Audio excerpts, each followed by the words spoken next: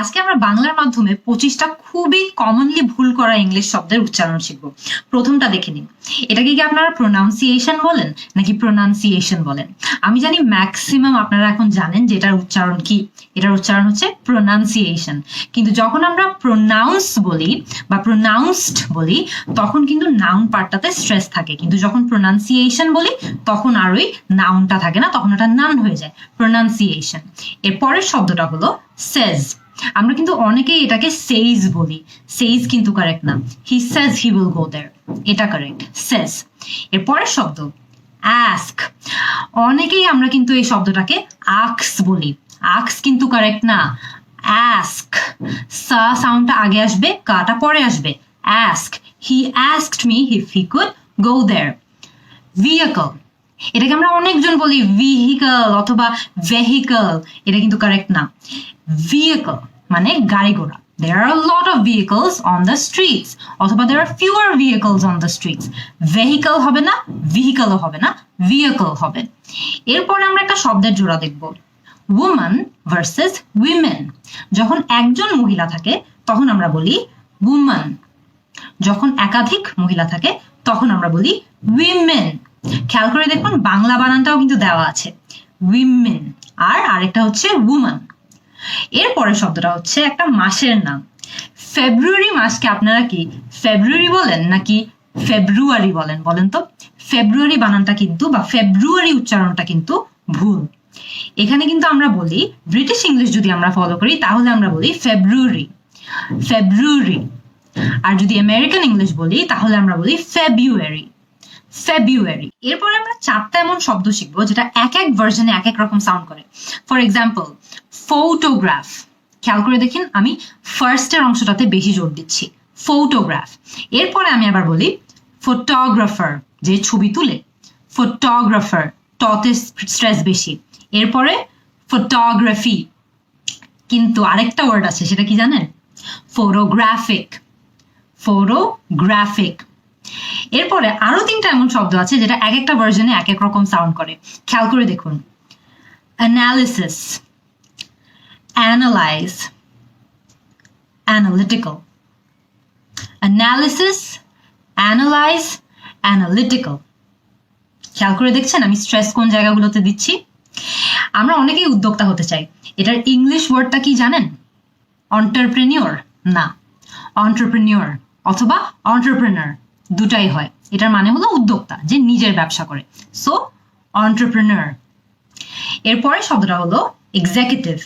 আমাদের অফিসে কিন্তু এটা একটা রোল থাকে, এটাকে আমরা এক্সিকিউটিভ বলি না, আমরা বলি হলো এক্সিকিউটিভ।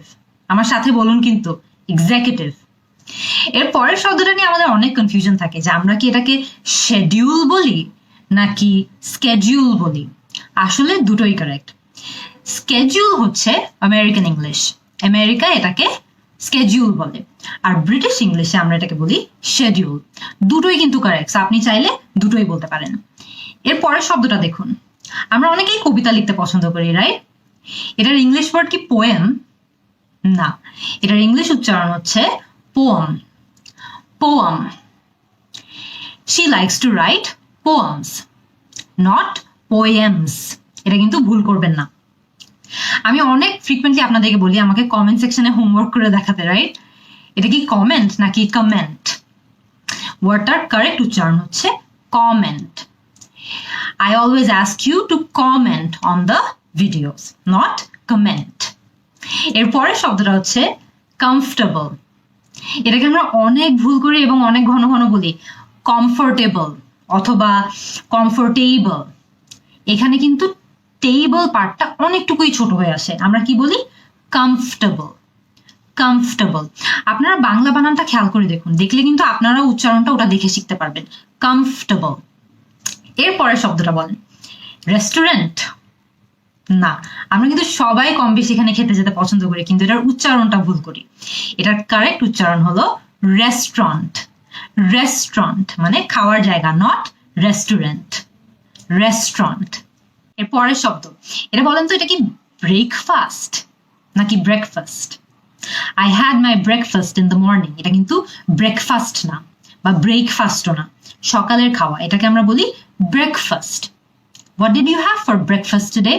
Not breakfast. এই নেক্সট ওয়ার্ডটা কিন্তু আমরা অনেকেই কি বলি জানেন? অনলি, মানে শুধু। I only had eggs for breakfast. Only কিন্তু ভুল, আমরা এটাকে বলি only. I only had breakfast. I only had lunch. I only went to the market. So, only, not only. এরপরের শব্দ, শাকসবজি খাওয়া কিন্তু অনেক ভালো, কিন্তু এটার ইংরেজি উচ্চারণ কি জানেন? Not vegetable, but vegetable. Vegetable. I like to have vegetables, not vegetable.